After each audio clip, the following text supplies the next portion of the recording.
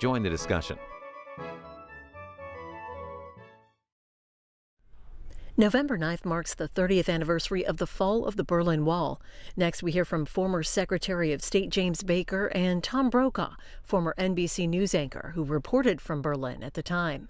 Other speakers include former speechwriter for President Reagan, Peter Robinson, who talked about the internal debate in adding the famous Mr. Gorbachev, tear down that wall line to the speech. This is just over 2 hours.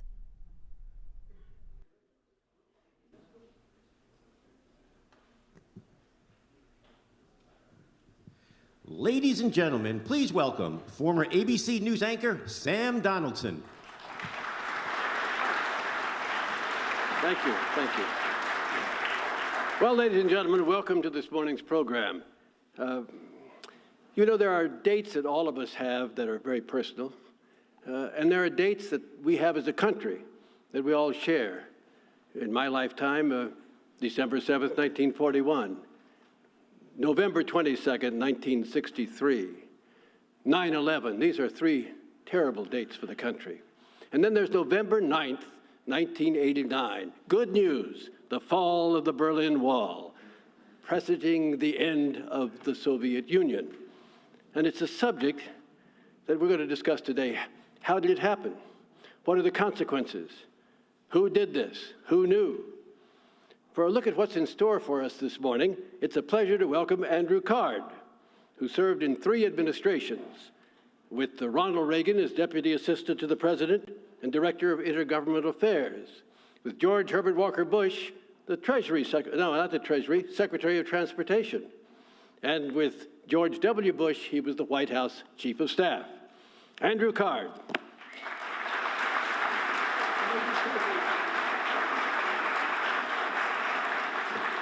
Thank you very much, Sam. I'm honored to be here. We're very grateful for Georgetown University and the School of Foreign Service for helping to host this, the Atlantic Council. And we're also grateful for the Reagan Foundation and their institute for helping to host this event. We have many, many people here who should be introduced. And I'm not going to ask everyone to stand who is important. And I'm not going to ask everyone to sit who is important so that other more important people can stand. I am here to say that we're proud to have Dorothy Bush Cook here, the President's daughter, and Ellie Sosa, his granddaughter.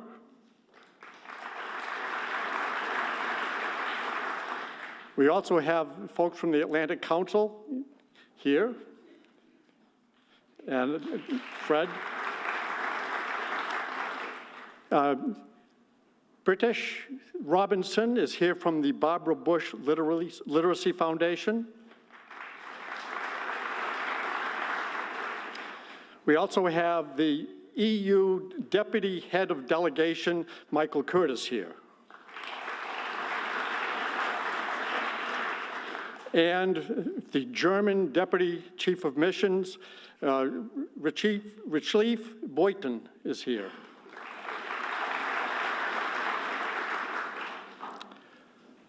This is a remarkable day because we're remembering a truly remarkable event. I am about to introduce someone who I have the greatest respect for. Above all, I know 3 absolutes about the speaker that I will introduce. First, the world changed profoundly when he was Secretary of State under President George H.W. Bush. As freedom and democracy began to spread around the globe, the Cold War ended peacefully. Germany was reunited as a member of the North Atlantic Treaty Organization, and the Soviet Union imploded. At the same time, today's speaker assembled the international coalition that ejected Saddam Hussein's troops from Kuwait, orchestrated the Madrid conference where Israel and all its Arab neighbors discussed peace for the very first time, and negotiated nuclear arms reduction treaties with the Soviet Union and then Russia. All of that happened after he had served President Ronald Reagan as one of our nation's best secretaries of the Treasury, and before then as White House Chief of Staff. a position for which he is still considered to be the gold standard. Reciting his many achievements could take a long time, but I'm mindful of the Speaker's second absolute. He always asks that his introductions of him be short, which leads me to the third absolute, which is, of course, that when this gentleman asks you to do something, it's best that you do it. I was honored to be asked by him to do something and serve President Ronald Reagan, and it brought me to Washington, D.C. And so I am proud and honored to introduce a great American, one of America's most remarkable leaders, and I'd like you to welcome the 61st U.S. Secretary of State, the Honorable James A. Baker III.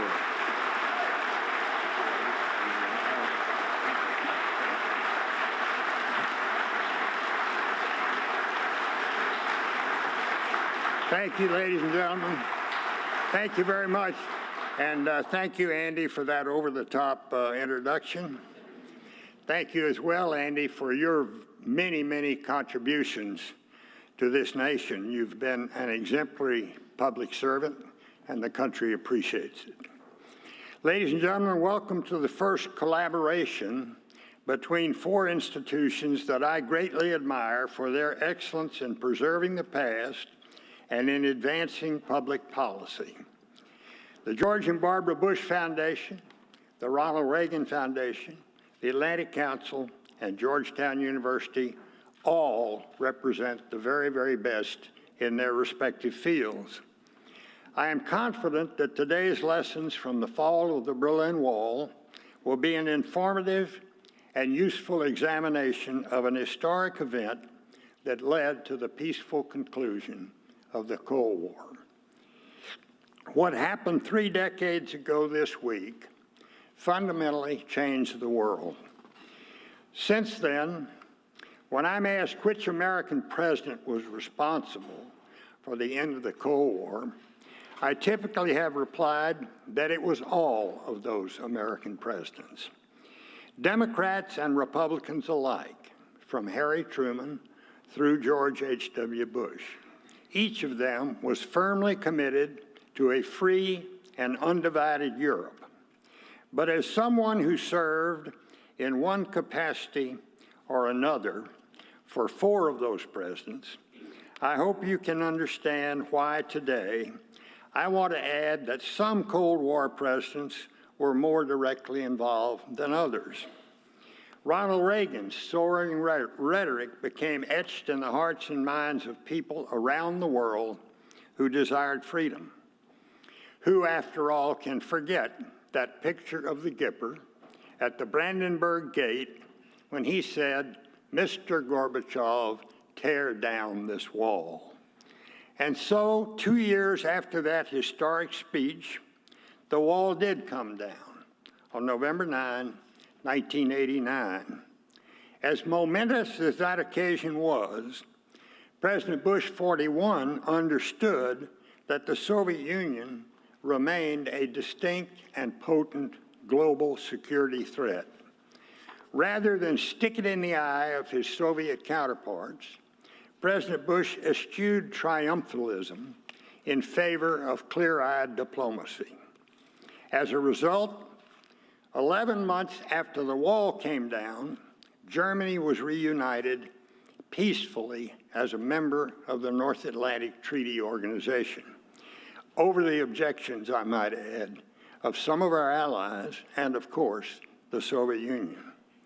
And shortly thereafter, the 45-year Cold War ended with a whimper rather than with the nuclear bang that we had all feared, as the Soviet Union itself was dissolved. And so today, our nation's leaders confront their own unique set of international challenges.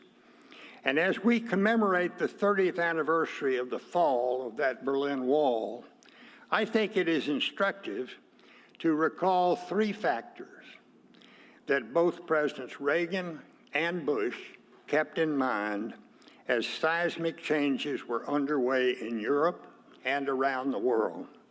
First, Both understood that domestic support is critical for the successful implementation, I would say formulation and implementation, of foreign policy.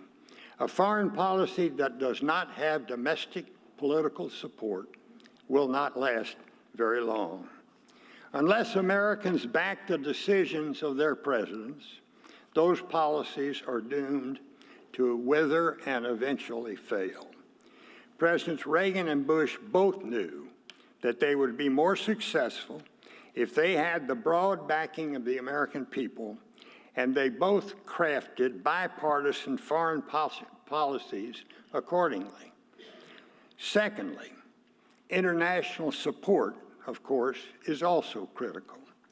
Both President Reagan and President Bush realized that a large component of American strength was that we were the promoter and champion of a liberal world order that revolved around open markets, multilateral institutions, and liberal democracy. Allies mattered. They still do. And Pax Americana in those days was their North Star. And third, both of those presidents understood the importance of deft, thoughtful, and sustained diplomacy. Both developed strong relations with other foreign leaders, particularly Soviet President Mikhail Gorbachev, German Chancellor Helmut Kohl, British Prime Minister Margaret Thatcher, Canadian Prime Minister Brian Mulroney, and others. Those relationships nurtured trust between countries and helped them reach pragmatic solutions. In the end, of course, no one individual was responsible for the fall of the Berlin Wall and the end of the Cold War. Every American president since Truman played indispensable roles. But above all else, it was the enduring spirit of the citizens of the captive nations that finally tipped the scales toward freedom. The lessons that Presidents Reagan and Bush provided during that critical window of history remain as pertinent today as they were back then. And so, as our nation continues to confront many daunting challenges, the foreign policies of Ronald Reagan and George H.W. Bush remain models that all American presidents would do well to follow as they seek to promote America's interests and values around the world. Thank you all very much.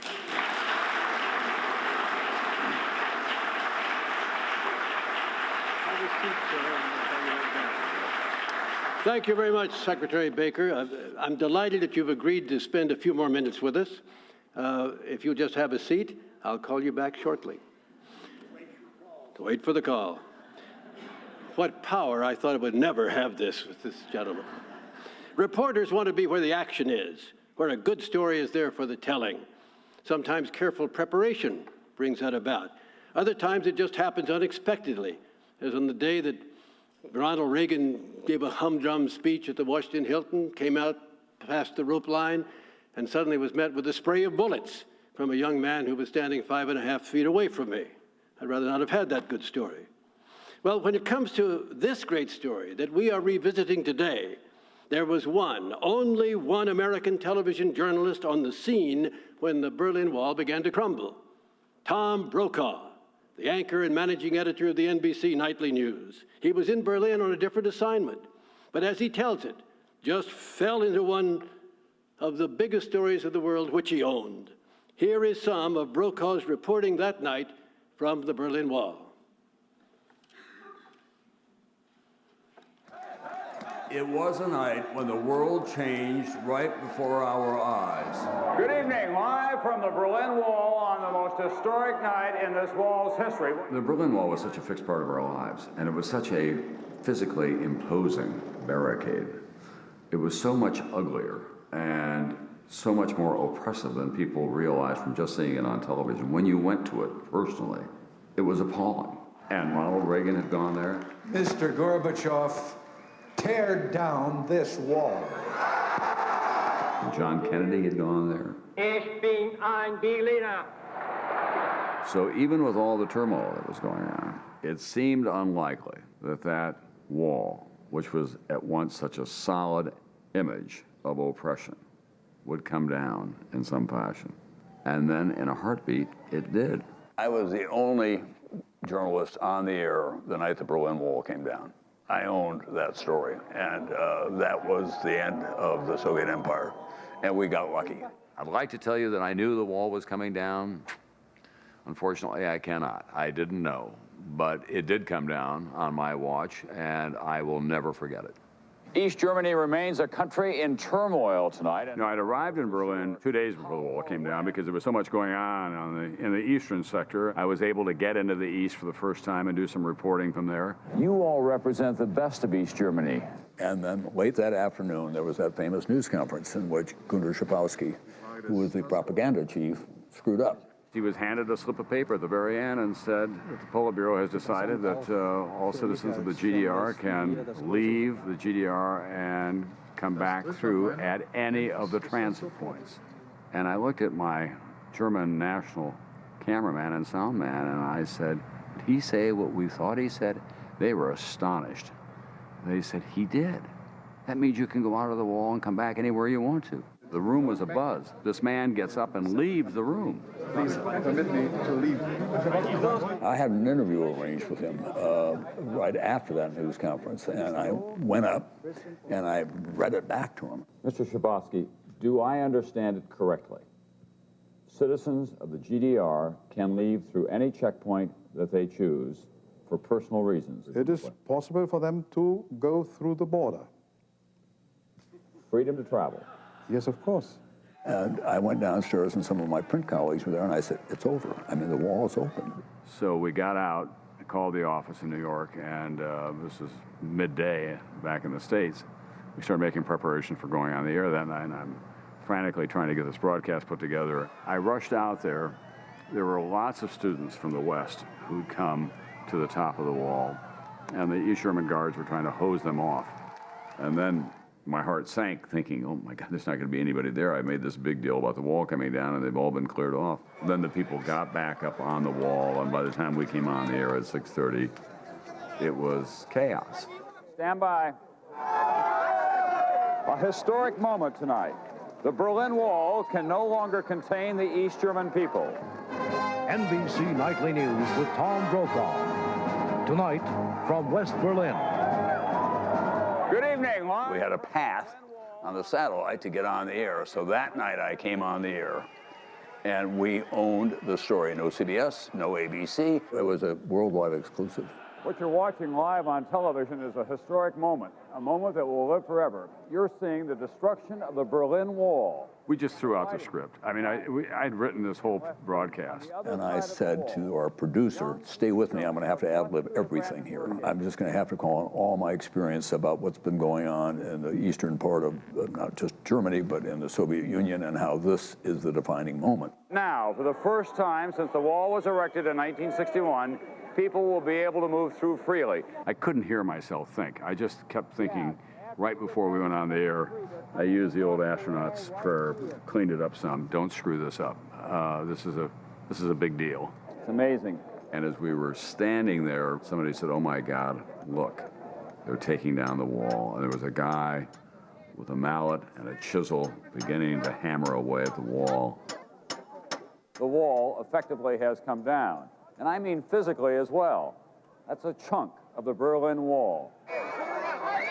The party at the Brandenburg Gate went on all night long as they chipped away at the wall, as they danced atop of it, as they drank a lot. It's wonderful. It's just wonderful. And I thought, this is the human story. This is the story of humankind. I mean, political tyrants can only go so far, but at the end, it's how people respond to their captivity and how they get out of it and how they relate to one another. And I think that is the enduring lesson of everything that I've ever seen in journalism. It's a night to remember. Indeed, it is a night to remember, and those of us, those of us at ABC remember it from the standpoint that Tom is right. He was there, he did it, and when you are confronted with the real deal, just accept it. Just accept it, and we do, and we praise him for it.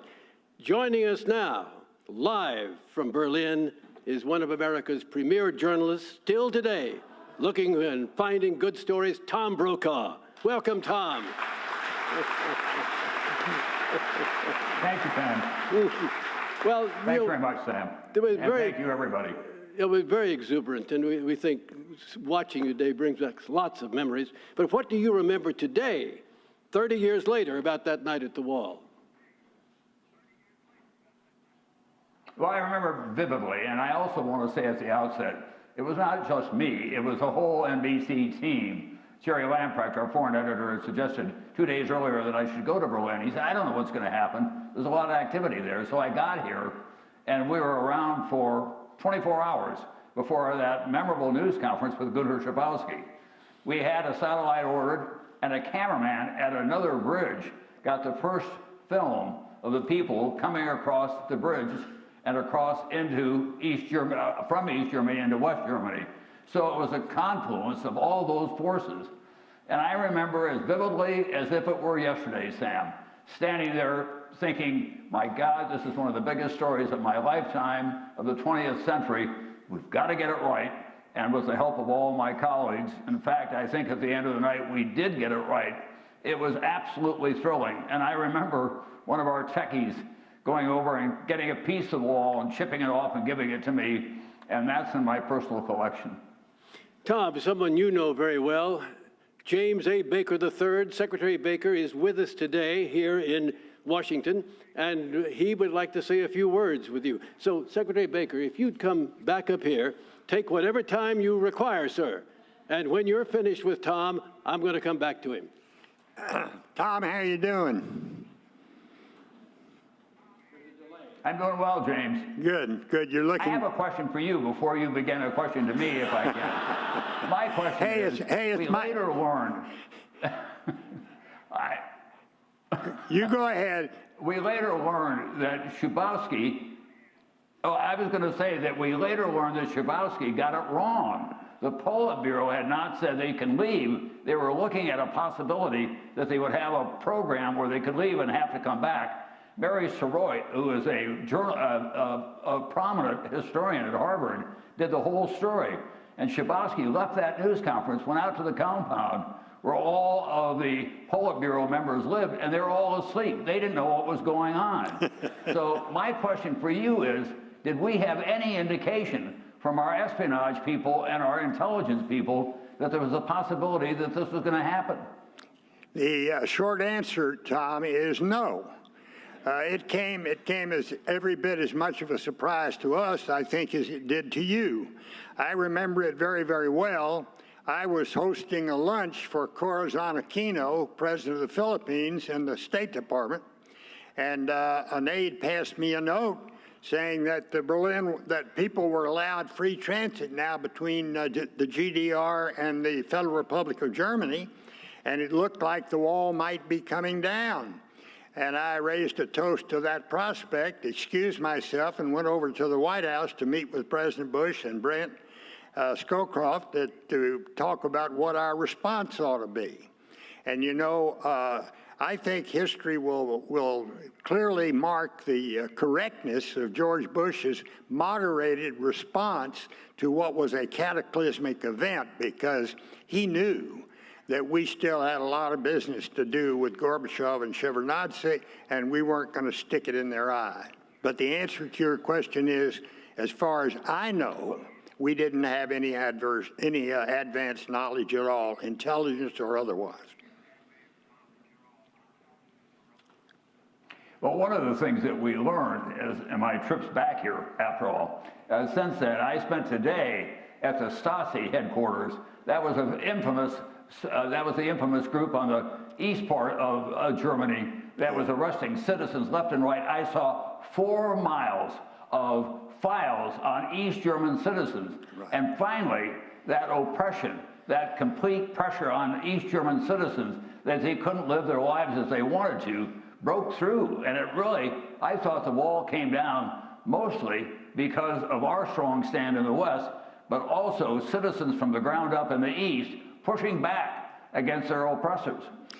Tom, that's absolutely right. And I've just given a few remarks here at this event in which I said that I don't think that any single American president was responsible for the fall of the wall. Every one of our American presidents and every administration from Harry Truman through George H.W. Bush were steadfast in opposing the spread of communism and the imprisonment, if you will, of the people of the captive nations of Eastern Europe. And I said, and I believe strongly, as I suspect you do, that it was the indomitable spirit of those citizens of the captive nations that made possible our victory in the Cold War. Well, James, 30 years later, what are the lessons now for modern America and for the West, for that matter? Well, I think one of the lessons is that diplomacy works when it's properly exercised. And we're here at Georgetown, which has, as you know, an extraordinarily fine school of diplomacy and international relations. And I think, and last night I went to an event, Tom, in the State Department where they've established a museum, an American museum, a National Museum of American Diplomacy. We only have 400 museums that are military in their nature, and there's never been a museum in the United States or an institution, for that matter, that celebrates the historic events of American diplomacy through the years.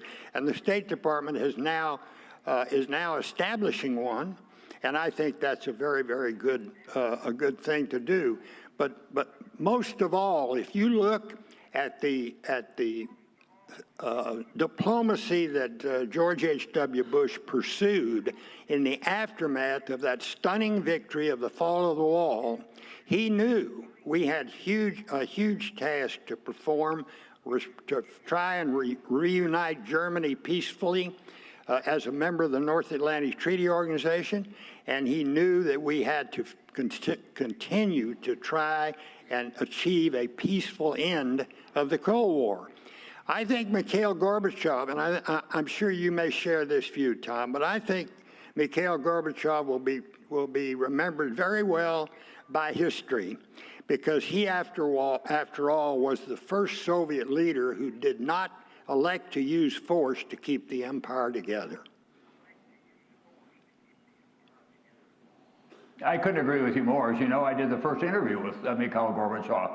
And one of the things I remember, I was meeting him for the first time, and they were putting the Russian equipment on him, which were not nearly as sophisticated as ours.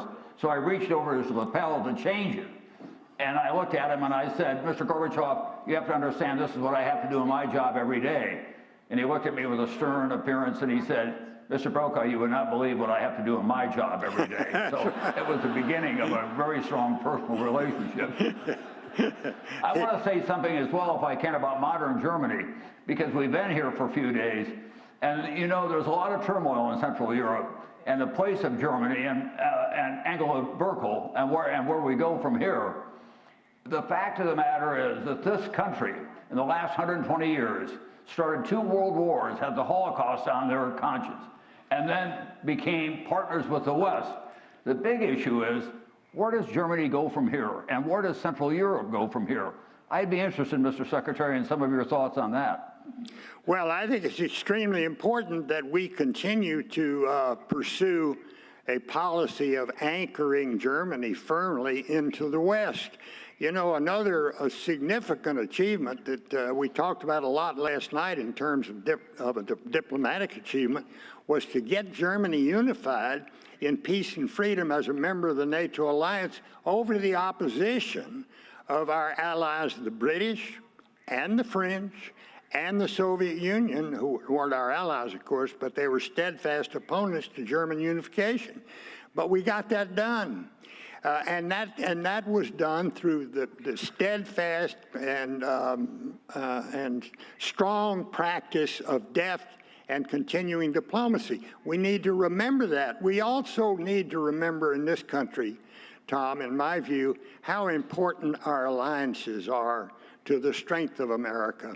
Our alliances enable us to leverage our leadership, our world leadership, significantly. And those alliances are fraying. And I had dinner last night next to the ambassador of Germany to the United States. And we both bemoan the fact that the relationship between Germany and the United States is not as strong as it was during those days and at the end of the Cold War, and the way we all cooperated to deal with those challenges at that time. We need to do that again today. I know we don't want to take up all of Sam's time, but my only closing thought is, Mr. Secretary and Sam, is that in my few days here already, and this is my third trip back to Germany since the wall came down, I have been reminded about how conscious everybody in this country is about what they went through, whether they were living in the East or in the West. They do have real difficulties going on right now. The people who are left in the East are not very happy about how they're being treated, but they're trying to work on it.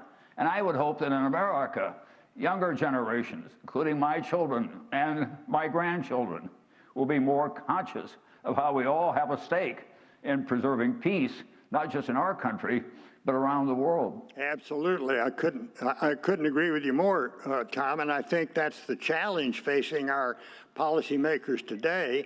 And I've just given a few remarks here in which I said, I thought this may be very self-serving, and I apologize for that, but I think those policymakers would do well to look at the foreign policies of Ronald Reagan and George H.W. Bush and how they were pursued, how they were formulated, and how they were implemented, because we're facing some of the similar challenges today. I really think that it's imperative that we recognize the importance of the North Atlantic Alliance, the importance of American leadership in the world, because that gives cohesion, that gives the Europeans a reason and a way to come together, because a lot of those wars you're talking about started right there in Europe, and I fear that others could happen as well if we don't re-strengthen the North Atlantic Alliance. But it sure is good to see you, Tom, and there are a lot of quail in Texas waiting for you to get back. Thank you, Mr. Secretary. Thank you. They'll still be alive when I leave, unfortunately. Sam, thank you. Thanks very much for having me on. Well, Tom, just a moment. I want to thank Secretary Baker. By the way, should you decide to run for the presidency, I think you might have some support. You think so? Yes. I think so. People always do that at night. Tom Brokaw. Now, my friend Tom, I have prepared a number of very tough questions. Oh, Sam. And I know how to do it on you. But, Tom, you'll understand when I tell you we didn't buy more satellite time. It's about to expire. So I've got to thank you for joining us today. Sam, it's been my pleasure and my honor. Bye-bye. Bye-bye, Tom. He's really a great guy. If you think there was competition in my day and today among reporters and networks and news-gathering organizations, of course there was. But it was all kind of a fraternity in which you knew who the good guys were, and there was one of the top, and who weren't so good. And Tom was the best. Now I'm going to move over to the chair here to sit. James A. Baker just said he was 90. Well, I'm 86. Never, if you find a chair, refuse to sit down. Joining us now are two scholars who are recognized experts on our subject today. Jeffrey Engel is the founding director of the Center for Presidential History at Southern Methodist University, an expert on the presidency and the history of modern American diplomacy. He has written 12 books on these subjects, including one titled The Fall of the Berlin Wall, The Revolutionary Legacy of 1989. And his latest book is titled Impeachment and American History. Thank you for being with us today, Jeffrey. Peter Robinson is the Murdoch Distinguished Policy Fellow at the Hoover Institution and the host, you still do the television show? Yes. The host of Hoover's television interview program, Uncommon Knowledge. He was a principal speechwriter for both George Herbert Walker Bush and Ronald Reagan. and the author of a book, How Ronald Reagan Changed My Life. But perhaps, Peter, you will always be best known as the person who wrote the speech for President Reagan that contained perhaps the most famous line ever delivered, standing in front of the Berlin Wall. And we'll get to that. Welcome to you, too. Thank you, Sam. All right, throughout the Cold War, Berlin was always a focal point of conflict between the United States and the Soviet Union. In 1948, you may recall, people of a certain age, the Soviets under Joseph Stalin blocked the road access to Berlin because it had to come through their zone. And that very dangerous situation was relieved only with an airlift in which supplies to the besieged city were brought in by air. The second Berlin crisis began when, in 1958, Soviet leader Nikita Khrushchev demanded that the Allied occupation of Berlin be ended, and Berlin became a free city. Jeffrey, please pick up the story from there. Well, this is where we have to remember that Germany is really at the heart of the entire Cold War. I mean, there is an ideological function, of course, between communism and capitalism that we always focus on, but the true struggle is who's going to control the resources of Central Europe. And for Nikita Khrushchev, he had a major problem in the late 1950s and 1960s as he tried to consolidate power in Germany. Germans kept leaving. As I say, in East Germany in particular, they would go into the American zone and not come back. The people were voting with their feet. Ultimately, the decision was made in Moscow to erect a wall, essentially a wall not to keep people out, but to keep people in, to keep the people from leaving, because, to be honest, the best and the brightest were the ones who most wanted to find a new life in the West. Well, I'm also correct that our intelligence services and the intelligence services of other Western nations went into East Germany freely through there being no checkpoint there, and were able to establish their agents and all that, and the GDR was very upset about that. Well, the geography is really key. I mean, this is something I actually have to explain to my students, that because Germany was divided up into 4 zones at the end of World War II, 4 zones of occupation, Soviet, American, British, and French, and so too was Berlin, even after a consolidation of the British, American, and French zones, we still had that section in Berlin that was internationally controlled in the heart of the German capital, in the heart of East Germany. We're really hard pressed to find another example of a country that is willing to have another country in charge of its major capital city for decades on end. And Nikita Khrushchev, as you pointed out, tried time and again to get the Americans and their allies to leave. Okay, we'll come back to this period of erection of the wall, but I've got to jump ahead. I've got to jump ahead to the most dramatic period, which is what we're celebrating today.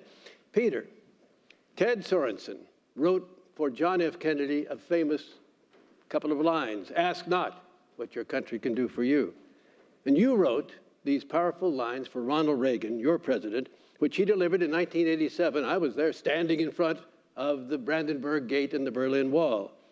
Arguably his most remembered lines that he ever delivered. Let's hear some of them right now.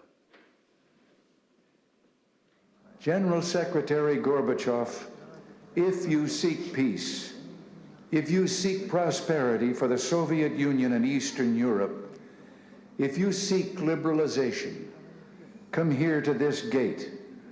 Mr. Gorbachev, open this gate.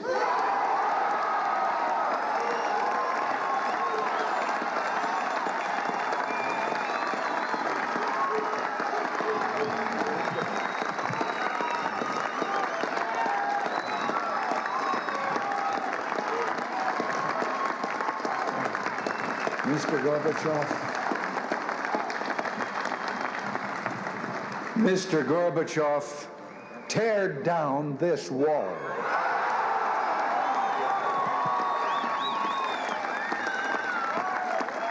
Wow.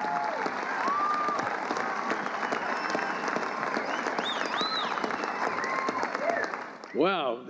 How did you come to write those lines? I went to Berlin to do some research about 6 weeks before the president delivered the speech. Senior staff had simply said he's going to stand here, he'll have an audience of 10 to 40,000 people, he'll talk for 30 minutes, just say something about foreign policy. And most of that day went badly for me, the young speechwriter. I went to the site where the president would stand. Tom Brokaw remarked on this, it's almost impossible to convey, now that the wall is gone, what it felt like at that place. You look in East Berlin, and it was as though the color had been drained from a photograph. Gray, dilapidated buildings, soldiers marching back and forth. You turn and look into West Berlin, color, activity, life, and that dividing line of the wall. So I just thought, what do I write? What do I give the president that's equal to him and to this place? In the evening, I broke away from the American Party and went to a suburb of West Berlin where Berliners put on a dinner party for me. I didn't know anyone there, but the host and hostess and I had a mutual friend in Washington. And I explained that I'd been told by the ranking American diplomat that the president shouldn't mention the wall. They'd all gotten used to it. Was that so? And there was a silence. I thought, I've committed just the faux pas that the diplomat was afraid the president would commit. And then one man raised his arm and pointed and said, my sister lives just a few kilometers in that direction. How do you think we feel about that wall? And they went around the room, each person talking about the wall. They had stopped talking about it, but they hadn't stopped hating it. And our hostess, a lovely woman called Ingeborg Eltz, charming throughout the dinner party, but now she became angry. And she said, if this man Gorbachev is serious with this talk, glasnost, perestroika, he can prove it by coming here and getting rid of that wall. And that went into my notebook because I knew the moment I heard that if President Reagan had been there in my place, he would have responded to that remark. The power, the decency, the simplicity, the truthfulness of it. And it's true that I put the words on paper, but that speech belonged to Ronald Reagan.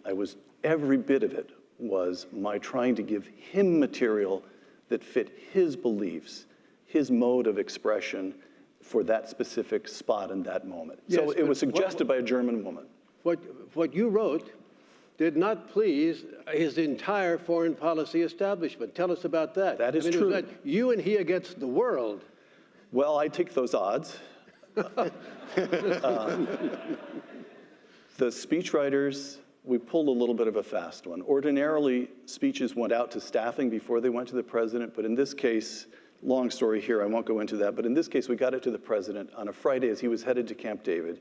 We met him the following Monday, and we discussed the speech, and he said he particularly wanted to deliver that line about tearing down the wall.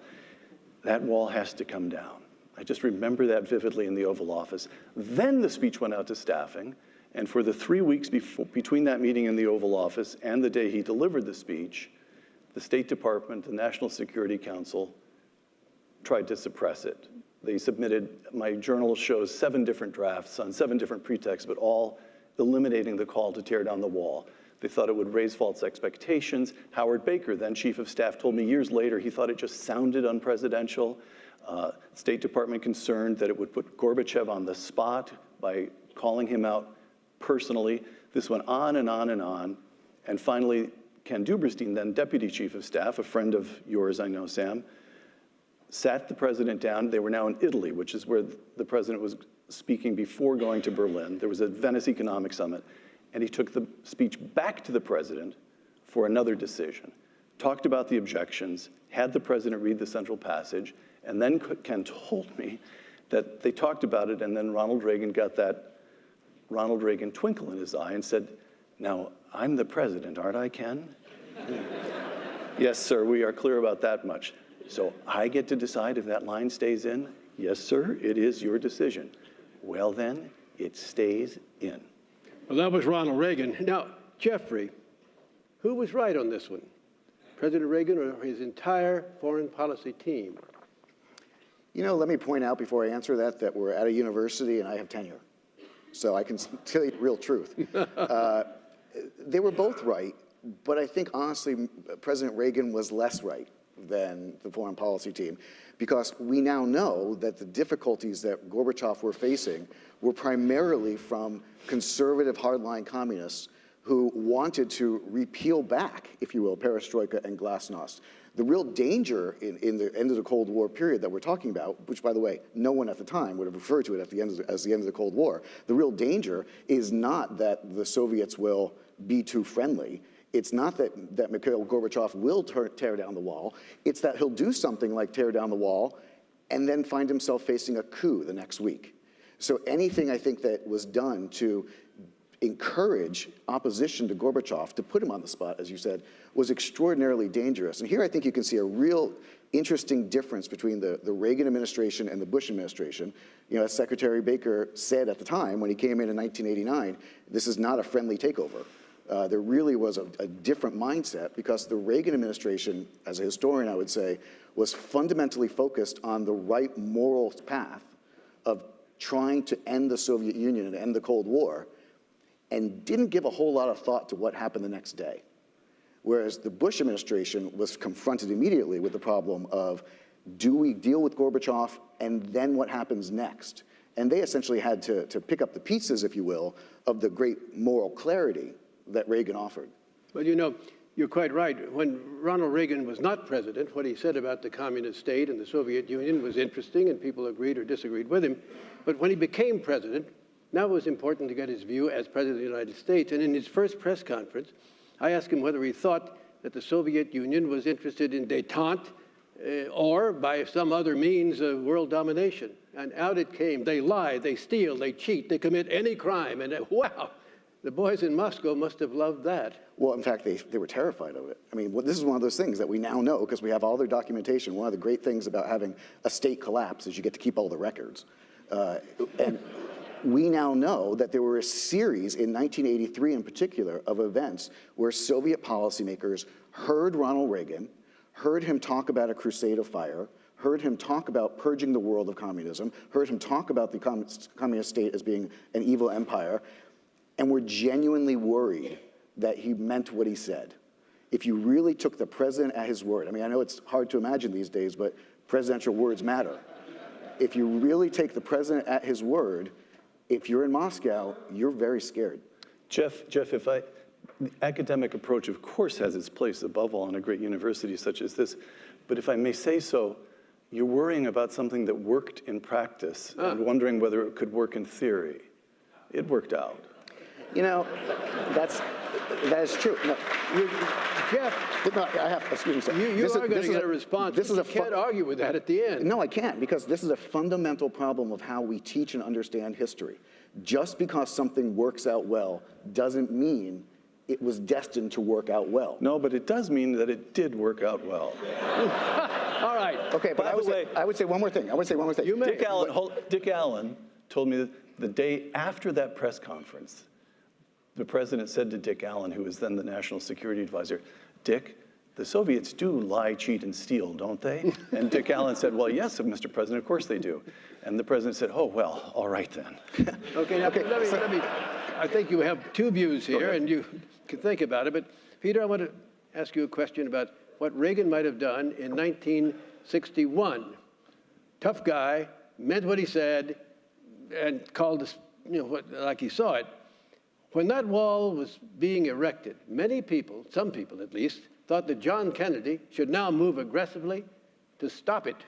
He had the legal authority from the standpoint of the four-power agreement. Beyond that, if the Soviets could get away with that, what couldn't they get away with? Because he'd been to Vienna and came after that meeting with Nikita Khrushchev telling Scotty Rest in the New York Times, he savaged me, he took me. Would Reagan in 1961 have said, no wall, and I've got the force to stop it? I believe that Ronald Reagan would have done just what John Kennedy did, which is to say, you pursue the policy of containment. You draw lines. As John Kennedy said in one meeting or another during the Berlin Wall crisis, well, all right, we have the legal authority to take that wall down, but suppose they put it up again 6 inches inside their own borders. Containment was pushing back against the Soviets, but not creating a general war. Ronald Reagan, and we now look back over 8 years, there was one military engagement in the island of Grenada. He was very cautious. He was rhetorically aggressive, morally aggressive, but very cautious on the ground. And I believe different parties, it says something about, well, Ronald Reagan himself said he didn't leave the Democratic Party left him. Reagan, we know, supported Harry Truman in 1948. He headed an organization in Hollywood supporting Truman, and he had great admiration for FDR, but also admiration for John Kennedy. I think they pursued fundamentally similar policies. Jeffrey, we're running out of time. However, I want you to talk about what I mentioned. When Kennedy met Khrushchev, Khrushchev clearly got the better of him by his own admission. What was the result of that? The result of that was Nikita Khrushchev felt that he had the ability to put nuclear weapons into Cuba. I mean, we don't get the Cuban Missile Crisis without John Kennedy essentially doing poorly by his own admission in Vienna. By the same token, though, if we say that that you would praise Reagan for pursuing Kennedy's policy of containment, I would argue that that's exactly what you did not do in 1987, because Reagan calling out the Soviet Union to collapse, which again, great line, and by the way, something that was very aspirationally wonderful, suggests that the United States had the power to make it happen. The changes going on in the Soviet Union were actually what brought down the Soviet Empire. He was calling on Mr. Gorbachev to tear down the wall. There was nothing, there was no implied threat, there was nothing involving American power at all. And by the way, by that point, he felt he had dealt with Gorbachev. Anyway, shall we arm wrestle this one to an end, Sam? Doran Smith might shoot me for this, not literally, but I'm going to extend this just a little bit, because what happened now, what happens as a result of the fact that the Berlin Wall did come down? For a period of time, it looked like democracy was on the rise. Gorbachev still had Soviet tanks. And until that moment, every time there was these uprisings in Eastern Europe, in their domain, those tanks rumbled. Why didn't they rumble this time? They rumbled because Gorbachev was able to stay in power. If Gorbachev had been removed by the hardliners, of course, the coup that finally occurred in August of 1991 was a coup that was predicted by the American intelligence services for President Bush the first week he was in office. And he basically got the exact same memo every week, that if you push too hard, if you try to get the only person in the world who can keep reform going, if you put him in a hot spot and give aid to his enemies, then that is going to undo everything that you might hope to do. Now, I have to say, we have to remember, the Bush administration and the Reagan administration were not entirely clear that Gorbachev himself was a true reformer. But they knew that there were a lot of people who were much worse waiting to get in line after him. Sam, give me the last word. Weigh in on this. All right, I'd like to, because on that you asked, typical of Sam Donaldson, you asked the question of questions, which is why didn't the Soviets roll in with the tanks? And as it happens, in a conversation with Mike Reagan, I asked Gorbachev that question. And he said, you must understand that Ronald Reagan and I shared the same Christian ethics. I said, what? And through the translator, he said, no, I'm a good communist, but fundamentally we shared Christian ethics. I simply was not going to open fire on innocent human beings. So there you had, that's the ultimate failure of the Soviet project. They had not created a new Soviet man. What you had in Mikhail Gorbachev was an old Russian, formed by the Judeo-Christian outlook on life. That's why the tanks didn't roll. Peter Robinson, Jeffrey Engel, thank you so much. I wish we had more time for being with us today.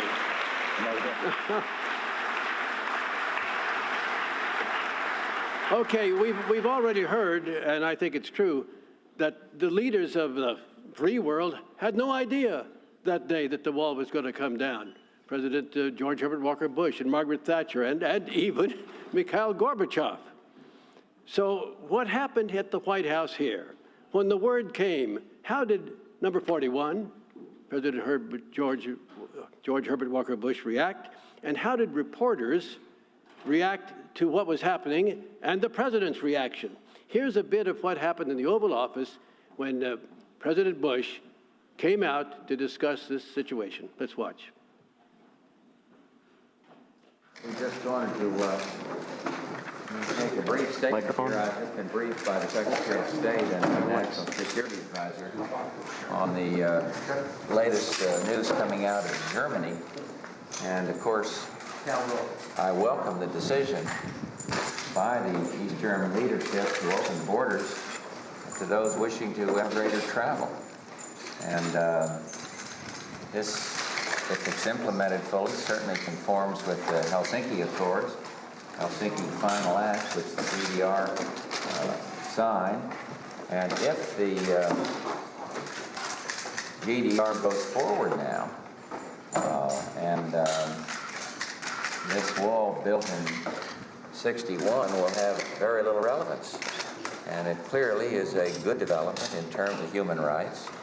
And I must say that after discussing this here with the Secretary of State and National Security Advisor, I'm very pleased with this development. Mr. President, will the United States now consider doing what help West Germany out? Is there more that we could do to help West Germany? Well, we have such a close relationship with the Federal Republic that if Chancellor Kohl asks us to be of some assistance, I'm certain we would give it serious consideration. I mean, I don't know what it is they'd have in mind, but, because I think with a truly open border, it is hard to predict how many will be trying to leave. And so it's a dynamic development, and we just have to wait and see. But our relationship with the Federal Republic is such that we would want to be of the maximum help if it was needed. So far, Germany has done a magnificent job in handling those who have preceded this new exodus. Is this the end of the Iron Curtain, sir? Well, I don't think any single event is the end of what you might call the Iron Curtain.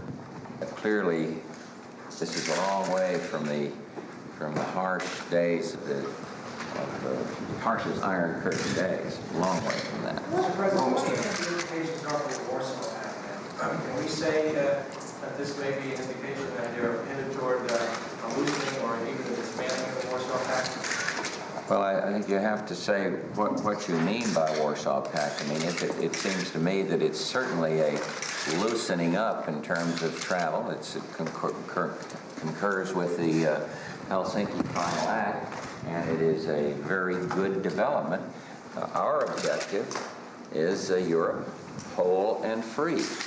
And is it a step towards that? I would say yes. Gorbachev talks about a common home. Is it a step towards that? Probably so.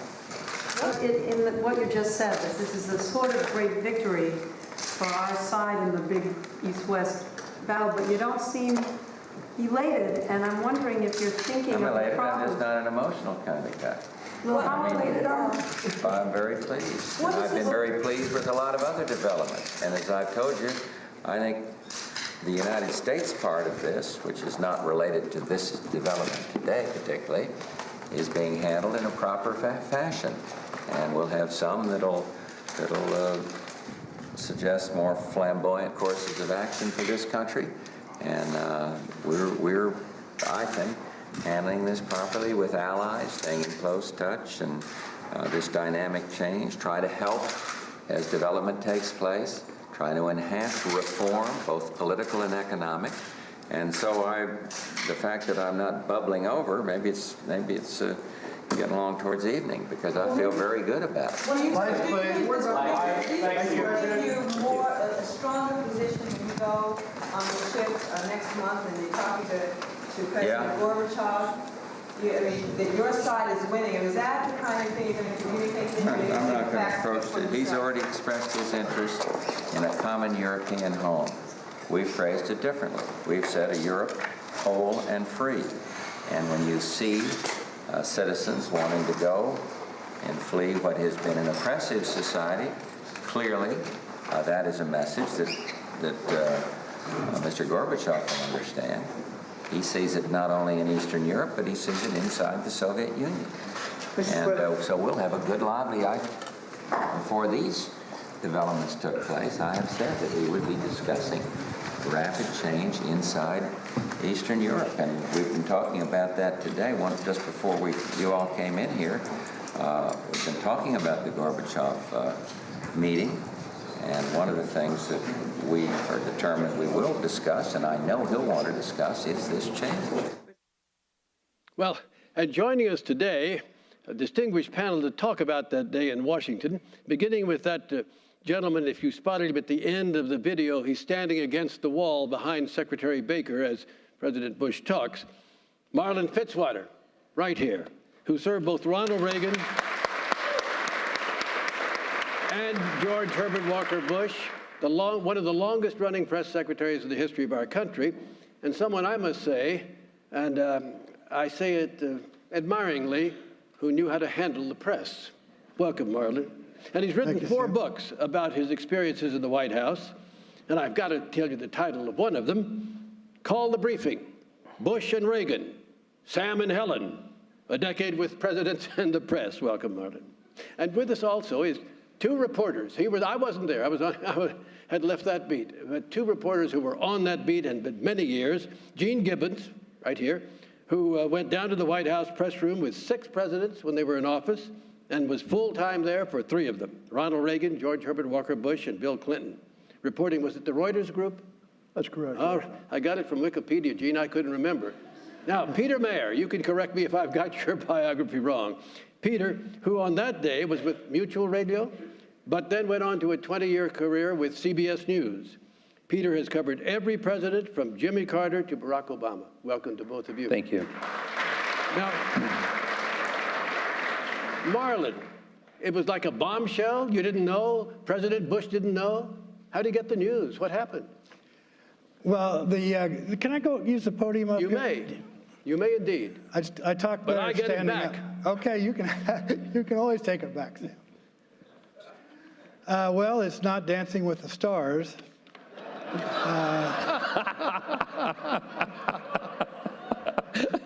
I do thank Sam and thank the group for having me here and to go through this.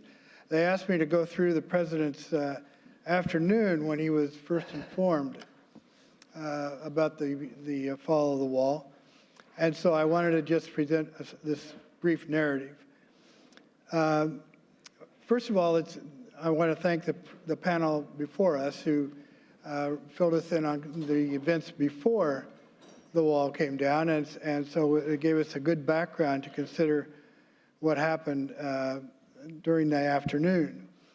And I would just say that inside the White House, there were no sirens, no announcements of change, except for the relentless ticking of the wire service machines that they maintained in the National Security Council room. And the NSC staff always got the first notice of everything. And they reported that Reuters had a story coming out from Berlin about the wall. And they delivered a copy of it to my deputy, Roman Papaduke. And he came rushing into my office and said, "We have this story, you better take a look at it." And I did immediately, of course. And the National Security Council staff had stamped confidential on the top of it. And I said, "Now, how can this be? This is the news wire from Reuters that's gone to every radio station, newspaper in the world. Only in America would we stamp that confidential."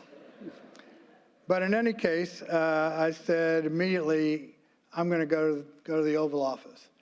So I took it in to talk to the president. The secretary ushered me in. She said, "He's in the study," which is a little office off the Oval. And so I went through and went back to the study, walked in. He was working at the desk there. And I just handed him the wire service story without comment. And he read it and started reading it. And the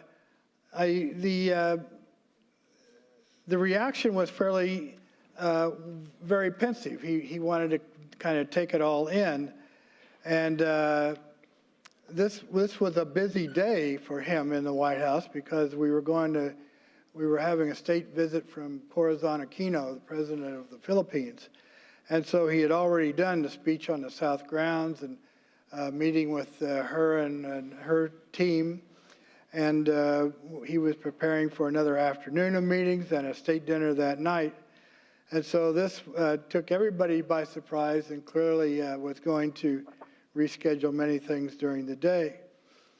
The first thing he did was he looked up after he read the article and said, "I need General Scowcroft and Bob Gates, who is the Deputy National Security Advisor, and Secretary Baker." And they all three were called and came over to the Oval Office immediately.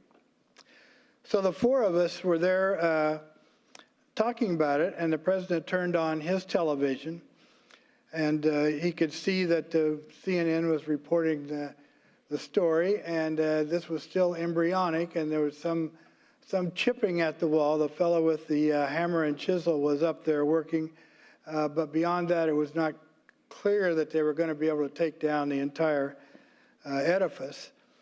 But the story was there. It was on CNN at the time, was the cable news network. And about that time, the president was starting to ask some questions from Secretary Baker and the others there about what they knew about it and what happened and so forth. And I must say that at that point, I recalled a book by Richard Ben Kramer. Some of you remember him. He was a reporter who covered the '88 campaign of President Bush. And he wrote a great book called What It Takes. And it was really kind of a profile of the candidates. But in it, he describes President Bush as being a thoughtful guy, and that when he met an uncomfortable situation that he wasn't certain about, he had a tendency to slump down in his chair. Well, I had seen that phenomenon a number of times with President Bush, and I looked over and I noticed that he was on his way down. He was leaning back and going down. He was trying, and I suggested that we put out a statement that the press was all over us upstairs, and they were very excited about this, and that I thought he needed some kind of statement that gave context to this for the American people. And he said, well, I'm not going to give a press conference. And he says, furthermore, there's not going to be any dancing on the wall, Marlin. And I took that as a pretty personal direction. And but he did think about it some more, and he said, okay, I agree that we'll do something. I want to do it informally. And I suggested, well, why don't we just bring the pool, which is always available to come into the Oval Office. Bring them into the Oval. You could sit at your desk, which is the greatest symbol of authority that America has, and talk to them then about it and decide what you want to say. So he took a little time to kind of give himself a self-rehearsal. He said, I'm concerned about the reaction of the Soviet Union. We don't know what it's going to be. We don't know whether they're going to react against this militarily or exactly what they will have to say. And secondly, we have the future to think about, German reunification and the status of the captive nations and what happens to the Soviet bloc countries. And so there's a lot of future that we have yet to work out with President Gorbachev. And all of that took place in about 30 minutes. And we brought in the pool. The president said, when do you want to do this? And I said, well, anytime before 6 o'clock. At that time, you could get on the evening news at that hour. And he said, well, let's do it now, which is kind of typical of President Bush. When he first hired me, he said, I'm going to run a different kind of press operation. I want to go in the briefing room anytime I want to, day or night, and talk to the press if I think it's necessary. I said, right on, good for me. And he said, I don't want to do any of these East Room shows. I said, that's good for me too. He said, well, I'll do one. So he did the first one, and then he never did it again. So this was in the mold of the way he liked to pursue issues with the press. When the president came in, he made the statement where he said exactly that this was a good development, but it was a very measured statement, and everyone could tell it was. And the first question was about kind of what the president expected, and then there were a lot of questions about the coming down of the Iron Curtain and the future of the Warsaw Pact, and the president took all of those. But question number 7 came from Leslie Stahl, the CBS News correspondent, who was in the pool. The press pool now generally represents the various elements of the news media, magazines, newspapers, television, radio, and a few others, but usually about 15 people. One network, and that network's cameras cover it as well. So Leslie was the correspondent assigned with CBS to the pool that day. And she said, you know, this is sort of a great victory for our side in this East-West battle, but you don't seem very elated.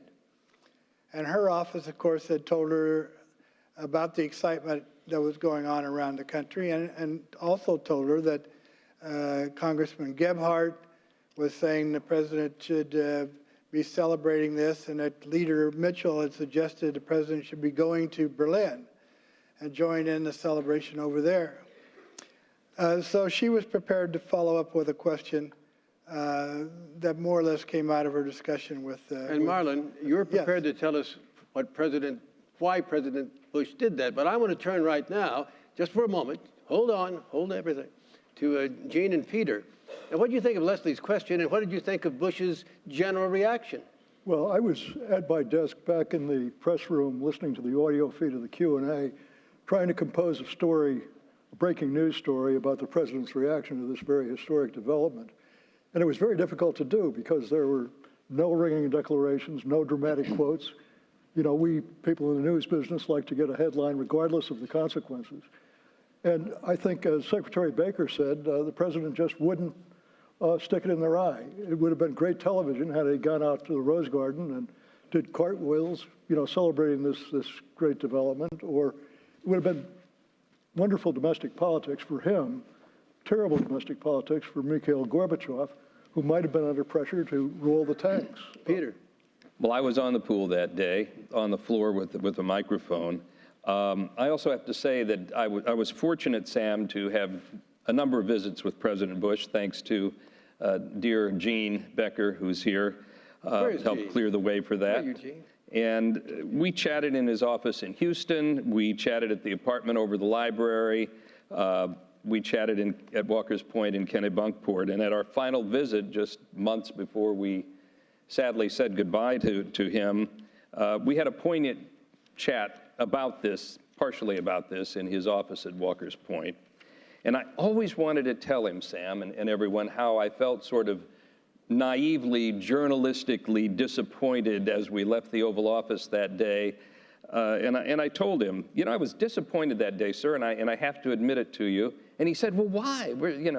Really, why? And I said, well, because, we're always looking for that pithy quote, that soundbite that is going to make the story either in print or on the air. And I sense that this is going to be my last chance to talk to him about that. But I also told him that even before I returned to my little office in the basement of the White House, that I realized that exactly what it was that he was trying not to do, and that was to antagonize the Soviet Union and make things difficult for Mikhail Gorbachev. You know, this really was the beginning of the end of the Soviet Union. And I think that President George Herbert Walker Bush doesn't get enough credit for.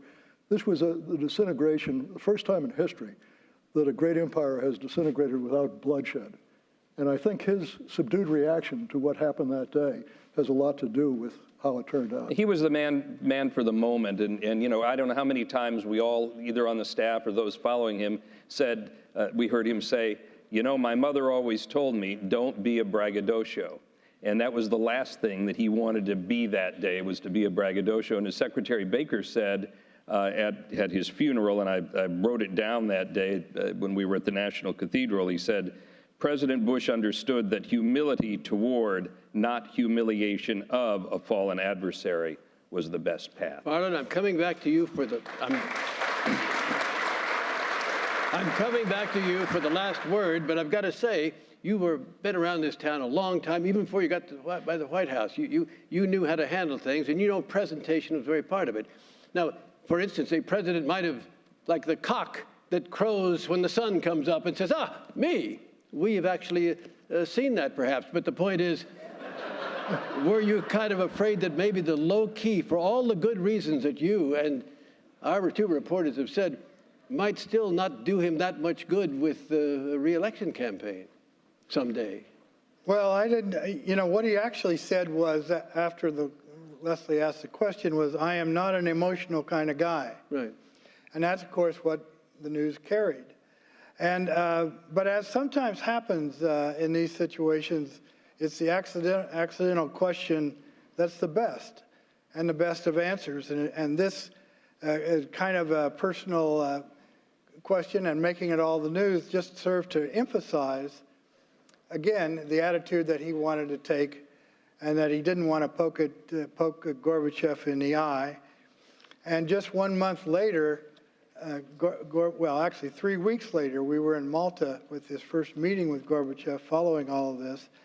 And the first thing Gorbachev did was thank him for not dancing on the wall. And so he was right in anticipating how the Soviets would react to that. And the president was asked at that time if he could give the first lead-off presentation in Malta, because he wasn't sure how Gorbachev was reacting to the wall and all the events of the day, and he wanted to be sure that before they started these meetings, Gorbachev heard what the United States position was going to be. And what he did was present a 17-point program of economic help that the United States was going to give the Soviet Union to help bring them into the world economy. Marlon, I've got to stop you now, only because the clock tells me that the time is expiring. Just let me, one Please, sentence. I will not ever stand in your way, sir. As a response Have I ever in the briefing room stood in your way? This is the way we used to have to do every day. Can you believe that? Anyway, I would just want to say that Gorbachev's response at the end of this Bush's presentation of his plan was to look at the floor, hushed audience, looked up at the table, looked the president in the eye and says, "That is exactly what I wanted to hear."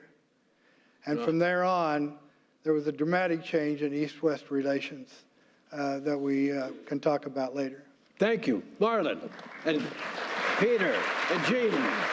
Thank you. Thank you, Sam. Oh, I wish we had all day. Wish we had all day. You know, because I would like to have heard about that Malta meeting and the hurricane which was on in the Mediterranean. Sam, can I just say yes. very quickly, everyone, when I'm asked, when I have the pleasure to speak to journalism students, who was your favorite press secretary? Here he is, the gold standard for press secretaries. Well, come here, come here. And I know that Gene agrees.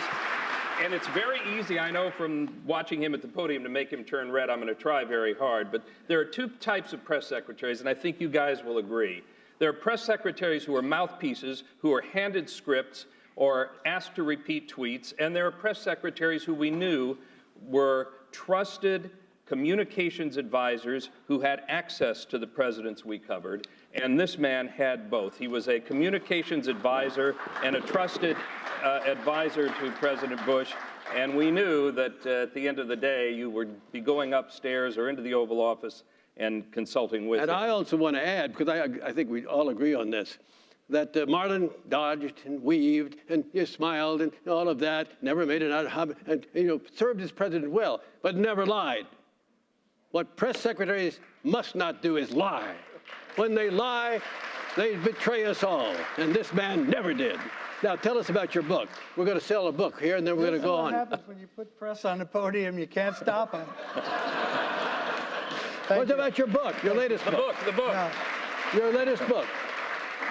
Well, I just finished a book, and Sam's gave me the opportunity to promote it. It's called Calm Before the Storm, which is really a series of vignettes about the White House, which Sam has been kind enough to give me a blurb on the back about the book.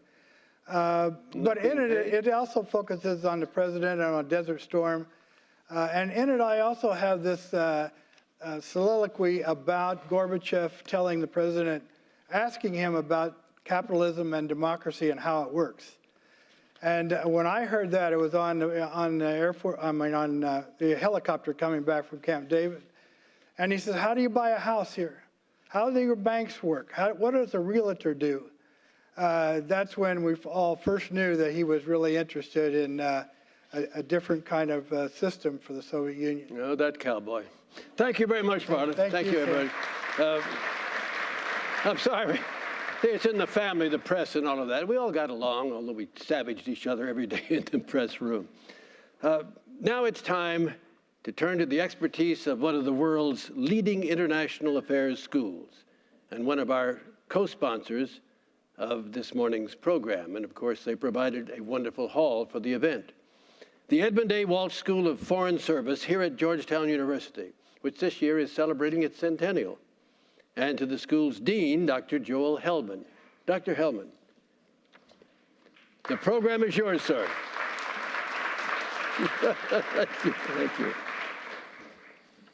Thank you very much, Sam.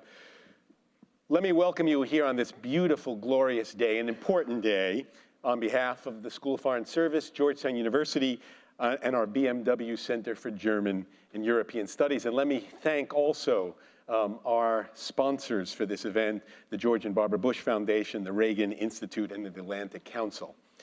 So, history is punctuated by critical moments, where events open up possibilities for fundamental change in the world order. And at these critical moments, the importance of leadership, of diplomacy, of intelligence, of careful analysis become essential to shaping outcomes. These are the moments that are the essence of what we do here at the School of Foreign Service and what we have been doing now for 100 years, the oldest school of foreign service and international affairs in the United States. So it's in that spirit that I am excited that we had a chance to look into the history of such a critical global moment. And now we have a chance to pivot on the current importance. Where did the fall of the Berlin Wall 30 years after, where has that left us in critical issues of the shape of the world order going forward? And for that, I'm pleased to have a wonderful panel of experts to talk through some of those thorny issues. I'll start by introducing Eric Edelman. He is Distinguished Practitioner in Residence at SAIS, a career Foreign Service officer who held key positions at the US Embassy in Moscow and then handling Soviet affairs at the Pentagon during the time of the fall of the Berlin Wall. He went on to ambassadorships in Turkey and Finland and eventually became US Undersecretary of Defense for Policy. Welcome. Next, we have Charles Kupchan. He's a professor of international affairs here at SFS and the Department of Government, as well as a senior fellow at the Council on Foreign Relations. He served as special assistant to the president and senior director for European affairs on the staff of the National Security Council in the Obama administration, and he held senior positions at NSC and the State Department policy planning staff. Welcome, Charlie. And finally, we have Paula Dobriansky, who first and foremost is a graduate of the School of Foreign Service, and indeed a distinguished expert on Eastern Europe and the former Soviet Union. As a diplomat, she served 5 US presidents, Democrat and Republican. She was at the NSC covering Soviet and East European affairs during the fall of the Berlin Wall. Ultimately, she rose to an extended stint as Undersecretary of State for Democracy and Global Affairs. And of course, she's a professor here in our Masters of the Science of Foreign Service program and a member of our board of the SFS. So I'm going to go over to the panel. We'll have some time for discussion among ourselves, and then we're going to go to you, the audience, for questions on this panel and some of the things you heard earlier. So let me begin. So I want to start first. We talked a lot about the history of the event, the implications of the event, and the lessons learned from the event. James Baker started to give us some sense of what he felt the lessons learned from the event. Obviously, there's been a lot of discussion about the triumph of diplomacy, the importance of leadership, and how the fall of the Berlin Wall was handled, how we responded to a critical moment in which change in the global order was actually possible. I want first, what lessons do you take now as you think about foreign policy now in the current moment from that experience? Maybe we can start with you, Paula. All right, thank you. And I'd like to thank the 4 institutions for hosting this. This is just an incredible moment, an opportunity to reflect on truly what is and was a most significant point in history. Secretary Baker, I think, well articulated a number of key points, but let me mention a few that I think maybe also need to be tossed in the mix. First, I'd start that there should be a lesson of optimism, that we can actually make a difference and have an impact. And in those places, and change the status quo, in those places where we may not always think that we can. So there's a lesson of optimism that I think undergirds all of this. There's also, I think, the crucial fact that here there was a kind of supposition of a lack of change that could take place. In other words, that totalitarian regimes were not necessarily vulnerable. And I think what we witnessed, not only with the fall of the wall, but the whole sequencing of events that really highlighted that there is great vulnerability, and that here the power of ideas can really make a difference, the moral narrative, the fact that fundamental human freedoms cannot be buried or blocked by any kind of wall or barrier. I think the consistency of a diplomatic approach combined with all the elements that the Secretary Baker had mentioned about American leadership, the importance of our allies, the importance of also the international support that also reigned through this period. But he mentioned something that I don't want to be left aside, and that is he mentioned the domestic component. And I think he's quite right. When I think back and reflect on the period of the Cold War, the fact that there was also the domestic element of bipartisanship and that kind of support that undergirded foreign policy, which also provided us with a very, very strong and resolute backbone. And I guess finally, I would just say that in some, I mentioned it earlier, but ideas matter. And here, in the height of the Cold War, I mean, it was between the issues of freedom, fundamental human freedoms and democracy, and against communism, as the Secretary articulated. And in this sense, there was that ideological battle, and we were very consistent in laying down markers as to what we stood for. Charlie, your thoughts? Yeah, quick 3 points, picking up on some of the things that Paula just said. The first would be to say that even though I agree completely with what we've heard this morning about the importance of states, people, and foreign policy and engagement, let's keep in mind that in many respects, the end of the Cold War was about history running away from statesmen, not the opposite. That is to say, the Soviet Union fell apart because Gorbachev tried to reform it and lost control. And what we ended up with was exactly what Paula mentioned, was the kind of flowering of the human spirit, the overthrow of the structures of the Soviet Union. And then Gorbachev and Reagan and George H.W. Bush and others stepped in and did a remarkable job of controlling the aftermath. It's stunning that the Cold War came to an end without war. Most transitions of that sort are usually very bloody. But it was about people power. It was grassroots. When I was a student in the 1980s, I went to Poland after the imposition of martial law, and I didn't see the end of the Cold War coming any more than anyone else, but I saw a clear sign that the lie was now in the street.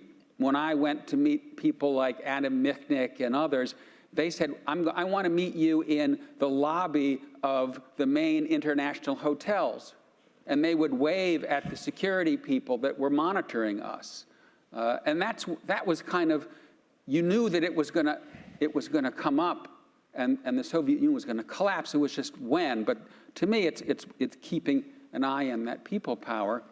And I would say that there's an important lesson for us today in that the same thing is happening today, but the spirit that we're seeing is different. We need to keep in mind that Mr. Erdogan, Mr. Orban, Mr. Kaczynski, Mr. Trump, they are symptoms as much as causes. They are responding to political currents, and we need to understand why people's attitudes are now going that way rather than that way, and figure out what's going on. Second point would be to highlight something that others have said today, and that is the importance of the U.S. I'm probably more pro-European than most people in this city. I think the European Union is one of the great accomplishments of our time. It's a revolutionary change in Europe, but it still needs our help. I think it was Margaret Thatcher who said, I like Germany so much that I always hope that there are two of them. And I don't know whether whether Germany would be reunited had it not been for the U.S. I look at Europe today, it's hanging in there, but the Brits are leaving. No one's home in Berlin. Macron is trying, but it's tough, and they still need our help. Final point, again, one that's come out today, is the importance of a certain kind of American help. And that is what we call liberal internationalism, the marriage of power and partnership. And it took a long time for Americans to discover that. We tried in 1898, and it was mostly too much power. We tried in 1917, and it was too much partnership and idealism. And then finally, FDR comes along and puts these two together. And I think that Reagan and Bush did a great job of combining those two. They're now splitting. And that's in part because, as Paula said, the bipartisan compact behind that marriage of power and partnership is coming undone. It's leading to a very different kind of American engagement in the world that we all need to get our arms around and understand. Eric. Joel, thank you. It's great to be here. It's great to be on this panel with Paula and Charlie. Although I have to confess, I find myself slightly disoriented to be on Charlie's left. I like you there. And it's also great to be part of this event commemorating, a hugely important event in modern history, and to be part of this with so many great people, including Andy Card, who was chief of staff when I was working in the Bush 43 administration. It's really great to be part of this. I guess the thing that I take away most, particularly with all of the discussion of diplomacy and having spent devoted 30 years of my life to the Foreign Service as an institution, is that something I learned from one of my early mentors in diplomacy, who said, don't get vertigo, because there are ups and there are downs, and you cannot allow yourself to be thrown off by the momentary high from an event like the fall of the wall. Because although we frequently title diplomatic agreements the final act of this or that, there are no final acts in diplomacy. You're in the business of managing problems, managing the adjudication of national differences by non-military means, although military means are important to it. And whatever problems you think you've solved, you've either pushed off to face them another day, or you've created some problem along the way that you're going to have to solve in the future, or you've allowed new problems to arise that you hadn't paid attention to before that you're going to have to solve. And so very quickly on the heels of this event that we're commemorating today, we found ourselves, for instance, dealing with the problems really of the World War I settlement, because we found ourselves dealing with the breakdown of the former Yugoslavia, and because of the war in Iraq, we found ourselves dealing with the Middle East that was created by the World War I settlement. So here we were thinking we'd solved the big problems that had been created by World War II, only to find ourselves re-engaging with the problems that had been created by World War I. And then just to pick up, I think, some comments that Paula and Charlie made. I think it's very important, particularly as we consider some of the totalitarian regimes or authoritarian regimes we're dealing with today, to remember that the reason we were able to get to the point of the wall coming down was, as Secretary Baker said, we'd had bipartisan support for a number of years for the policy of containment, but towards the end, we had administrations that made it a point to force the Soviet Union to confront what I might have called in an earlier part of my life, the antagonistic contradictions that the system was based on. And only when that happened were we able to force Gorbachev and his colleagues to make a series of choices that led, as Charlie said, to the process getting out of their control. The second point I would make, looking forward from today, is the problem we were wrestling with in those years, in the I started actually in the Carter administration in the Foreign Service, but in the Carter, Reagan, and Bush administrations, was a threat to democracy largely from the left. And today, as Charlie was saying, the threat to democracy is largely on the right, from populist authoritarian regimes. It's a global problem, but it's particularly acute in Europe and in Eastern Central Europe, where it's become a particular problem. And we can talk about some of the reasons for that. One of the things I think that was essential to US success in the Cold War was the role of liberal anti-communism. The fact that the center-left in the United States agreed with the center-right that certain parties in Europe were beyond the pale. They were beyond the pale because they had an allegiance to a foreign government and took assistance from that foreign government. And they were beyond the pale because they wouldn't agree to abide by the rules of democracy if they actually won an election. And the center-left said, that is unacceptable. And you can't be a participant in the international liberal order that we're creating if you go down that path. And I think it's incumbent on those of us who self-identify as on the center-right today to take the same attitude to these movements that are arising that challenge the norms and habits of democracy and are taking assistance from foreign powers. Well, let me ask you, and following up on that, look, with the fall of the Berlin Wall, there was tremendous euphoria that we had reached the end of history, the liberal democratic project was largely accepted, the Cold War looked like it was over, European unification was going to bring Eastern Europe into the fold of nations. And yet, as you now point out, we're starting to see deeply worrying regimes in Hungary and Poland and the Czech Republic, in parts of the former East Germany. We're seeing that sort of move to the right, a populism. It's surprising because the economic advantages of the integration for Europe have been tremendous, overwhelming even, and yet there's still this disquiet. We have Russia yet rearing up. The Cold War competition seems to be regenerating. 30 years on, this fall of the Berlin Wall that was meant to really reintegrate and bring into the family of nations former rivals, there seems to be fraying at the edges, to put it mildly, from all sides. What are the implications of that? Why did we not understand, and what did we miss when we thought of the euphoria after the wall of where we would get to at this current moment? And let me start with you, Paul. Go ahead. I was going to pick out a couple of issues that I think have had bearing on these developments. And the first one is the lack of reform of the European Union.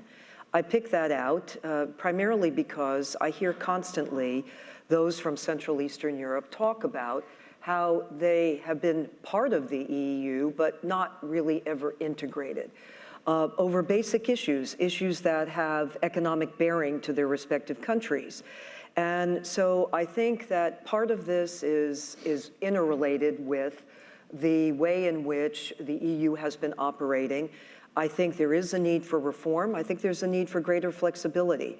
There's another component, too, that some that follow closely the political trends have said that when particularly the center-left, as you were mentioning, were in power in place, that there could have been more inclusive approaches taken and maybe more coalition-oriented policies. And there were certain lines that were drawn. And so then when the center-left did not produce economically and center-right and the rightists came in, that there wasn't this kind of feeling of camaraderie or coalition building. And let me add the third and the last. It's interesting, we equate, of course, the reunification of Germany with the fall of the wall, and also we think about the end of the Cold War. And it's interesting now at this time when people talk about Europe and where things are going, Russia also looms large again in terms of what its agenda is. And there have also been concerns about that, not a causal relationship with your question, but I think it's also important to put that on the table because the venue is not the one that was, and the feeling was not the one at the end of the fall of the wall and the end of the Cold War. Charlie, you agree? I think I broaden the lens a little bit in the sense that it's right across the Western world that the populists are thriving. I think what's happening here and in Western Europe is pretty similar, and it's a combination of economic insecurity and identity politics, mainly in response to immigration, that's created a toxic brew. And I think the US and the UK are particularly hard hit because we have two-party democracies. And so you got a lot of angry people out there, and they really have two places to go. The Democrats or the Republicans here, and they pull the parties to the left and right, and the center left and the center right that Eric was talking about is being depopulated. The same thing has happened in the UK. Continental Europe's a little bit better because the angry people have other places to go. Alternative for Germany, the League, the National Rally, and center left and center right are losing market share, but they're still in the center and generally in power. I think once we talk about Eastern Europe, it's a different kettle of fish because their economies have generally been doing well, and they don't have any immigrants. So what the hell's going on there? And I think it's more about the success in some ways of these countries and the degree to which a more conservative, rural, religious segment of society has been politically empowered. Erdogan figured that out. Kaczynski has done it. Orban has done it. And they have manipulated the anti-immigrant sentiment, particularly in East and Central Europe, to great political effect.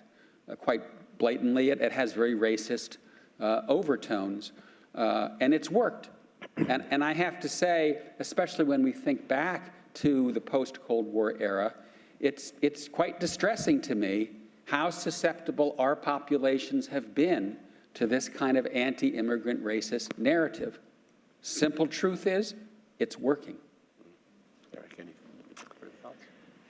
I think it's been, I mean, these are really more or less footnotes to what Paula and Charlie are saying, but it's been, I would say, the unequal distribution of gains economically from globalization across a variety of polities that have led to a sense that large groups in various countries have been left out of what an elite has been able to benefit from. And in the European context, I think that's been exacerbated by the fact that the European project for some time has had a huge disconnect between the Brussels-based multilingual elite that has benefited from it and from the populations at large. And it's not just in Central and Eastern Europe. You see it in France, for instance, as well. And you see it in the history of various referenda on various EU treaties, where the principle of democracy has been to some degree subverted by the requirement that we vote on this until you get it right, by having multiple referenda on treaties that have been rejected by national publics. So I think there has been a disconnect that has affected things. And then just to add to what Charlie said about migration, it's not, there have been a couple of waves of this, right? One was the fear of migration into Western Europe by the new members of the EU because of freedom of movement, which created problems in Central and Western Europe. But then it was the failure ultimately to deal with both Libya and Syria that set off a new wave of migration, both from sub-Saharan Africa and the Middle East, that has made, I think, not just actual migration, but fear of migration as salient as Charlie just suggested. Well, I'm going to ask audience members who would like to ask a question to start lining up at this microphone here. And I'm also going to ask Sam Donaldson if he can come back out again if anyone wants to ask questions about some of the earlier things. But while they're lining up, if I can ask you really just for a lightning round of a question regarding something that James Baker said. He talked about the fraying alliances between the United States and Europe. He talked about his discussion with the German ambassador. What do you think the possibilities are for the rubber band snapping back in a new administration of our relationship with our alliances and the transatlantic relationship in general. Can it sort of snap back, or is some real permanent damage done in the 30 years that we've built and forged that alliance and relationship? Just thoughts about the flexibility of it moving back to a status quo ante. Quickly. Start with me. Briefly, I'm not sure that I would, in all cases, agree with that premise. Let me give an example of NATO. NATO, all administrations have tried to get NATO to go with burden sharing. And the approach was a very hard-hitting one. My view is, actually, I think that NATO has moved forward in a very important and substantive direction. There may be differences, but the agenda has been a very tough and forward-looking one. So I will, as I said, not necessarily agree with the premise of the question. Charlie. I agree with the premise of the question. And I think a lot of damage has been done. But I agree with Paula that there is a resilience to the transatlantic relationship, which we've seen here in Washington. Congress invited the NATO Secretary General for the first time in history to give a joint address. You look at public opinion in support of the alliance, it's exactly where it was under Obama. It's 75 to 76% positive. The thing that worries me is, are our allies over time going to get sick of us? Are they going to question our reliability? Are they going to see us go from here to there and back and say, this country doesn't know which end is up? And I think that's starting to happen. Does that mean they're going to walk away from us? No, because there's no alternative. But I do think that it's going to take a lot of repair work once we get over the next hump. The last word, just short. Well, I think that there's been damage done to alliance solidarity over the last 2 presidencies. I think a lot of the rhetoric about burden sharing that we've heard from the current administration, we heard from the previous president, for instance, in his interviews with Jeffrey Goldberg, and I think there was already some building concern about it in allied capitals before the current administration came in. And I think as well, the efforts to boost NATO spending began before the current administration came in. They get some credit, but not all the credit for that, in my view. I'm actually more concerned about the damage that's been done inside the United States government. If you're going to conduct diplomacy, you have to have a diplomatic instrument with which to conduct it. And I think there's been very serious and lasting damage to the career Foreign Service. I think we're going to find out more about that in the coming weeks. And I would say that it's very easy to diminish your capabilities in that area. It takes quite a long time to actually build them back up. And I would say the same with regard to interagency processes. It's not, it's like muscle memory. If you lose it over a 4-year period, it doesn't just come back, or 8-year period, it doesn't just come back and snap back to what it once was. Well, thank you. We're going to take questions from the audience. If you could bring your question in the form of a question. We're going to take a few of them. Tell me who you'd like to address it to, and we'll keep the conversation going. Please. Thank you for this panel and this event. And today, it feels very good to unite the Berlin East and West. And I think the best word I heard today is never lie in the official office. And probably this happened to be a problem if we don't do the right thing from within rather than just reach out the foreign services. Could I ask you for your question, please? Just a question. My question is trying to say, if we can do something right, like in Reagan administration, we have such a good event, the Berlin breakdown, tear down, but I think Reagan also uses some bad advisors, or at least in his administration, they didn't use the well-qualified people. Instead, a lot of things happen that make our society bad. Right. So I just wonder if this panel, can your leadership, don't lie and do something to promote the good personnel, we can build a stronger society. Thank you. Thank you very much. Can I have the next question, please? First of all, thank you to our panelists. It's Ruben Blum. I'm a graduate student here at the School of Foreign Service. And I wanted to know if we could take any lessons from the fall of the Berlin Wall. especially our American response to the fall of the Berlin Wall, and apply it to other parts of the world. And I'm thinking in particular Hong Kong today, another semi-autonomous region with an upswelling of support for independent way of life, and address this generally to the panel. Thank you. I'm going to get another question in. Thanks. Hi, Joanne Sears, Berlin American High School class of 1987. Thank you for everyone for being here. This question goes directly to the United States, and this can go to Ambassador Dobransky, how we kind of as a nation not focused on national security issues, specifically looking at the former Soviet Union and China as a threat when it comes to space issues.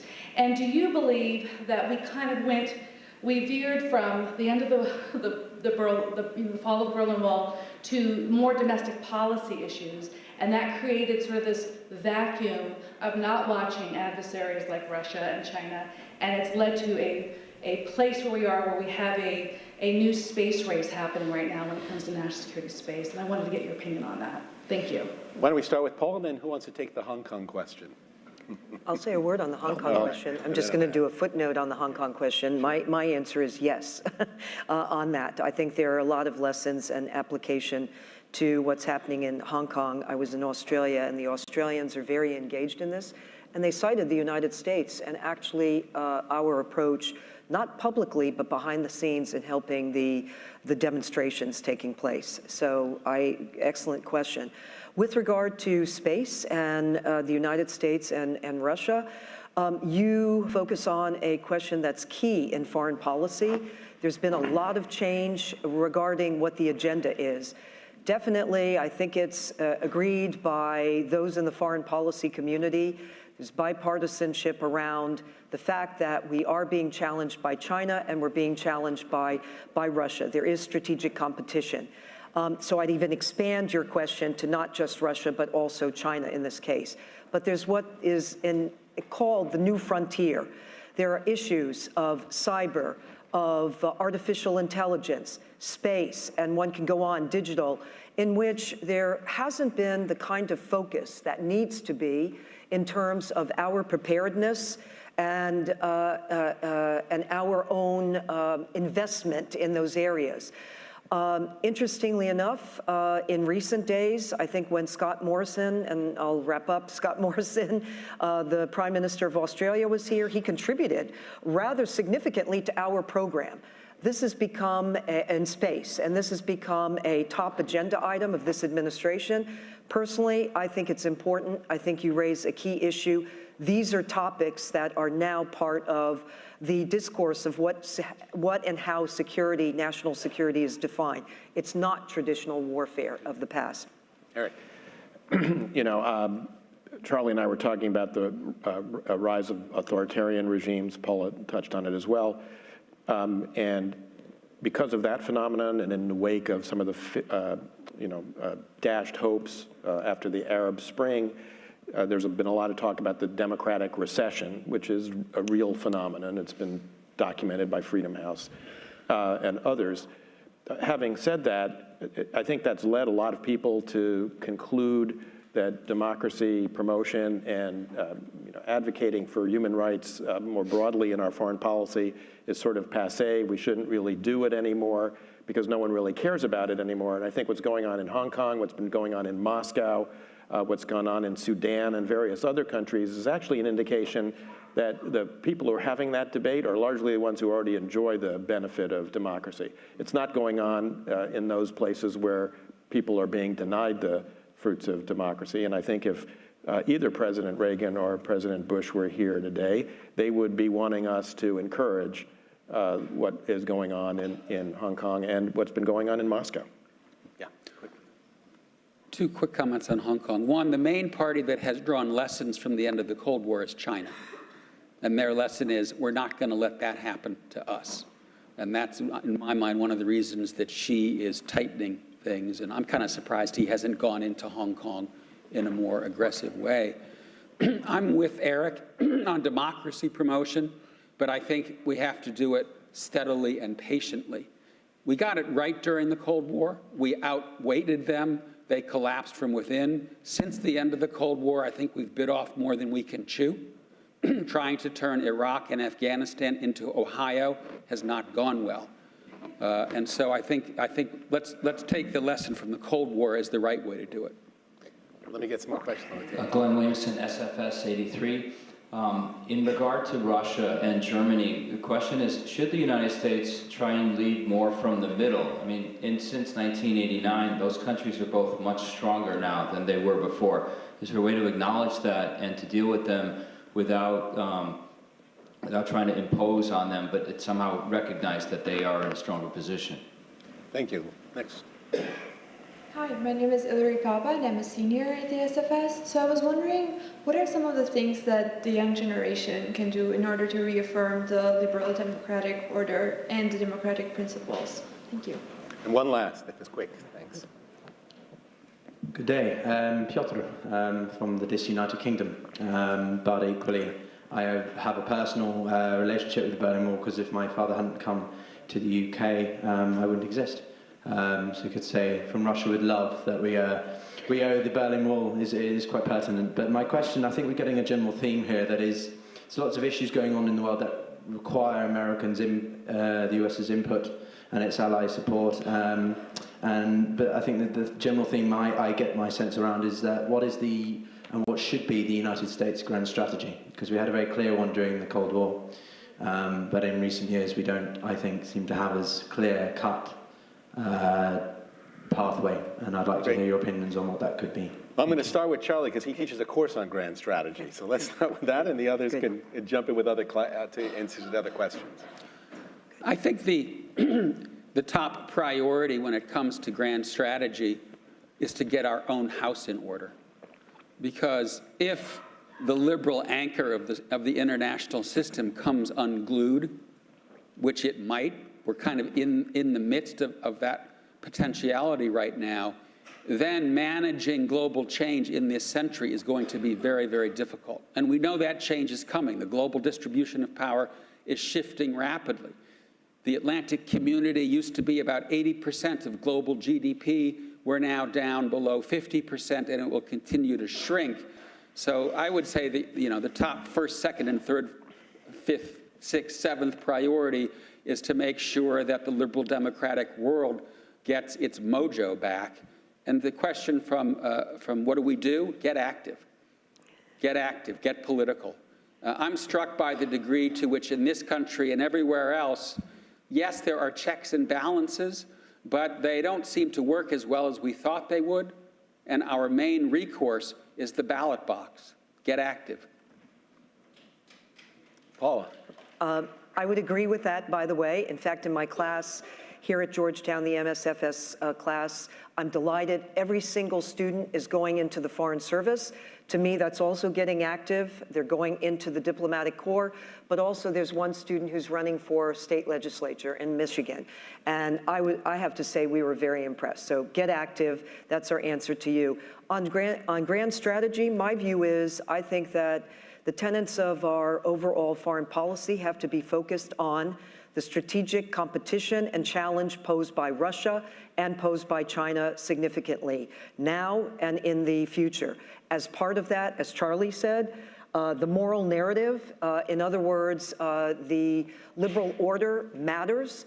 There's been a complacency, and there's a real need for coming forward and ensuring that that moral narrative through the international liberal order is in fact maintained, because it's being challenged by China, by Russia. So we have to have that at the forefront of our framework of action. Well, I completely associate myself with my colleagues' remarks about public service, and I encourage everyone here at the Georgetown School of Foreign Service to think about the problems I described earlier in the State Department as an opportunity. On the grand strategy point, I think I agree largely with what Paula and Charlie have said, but I would just add this.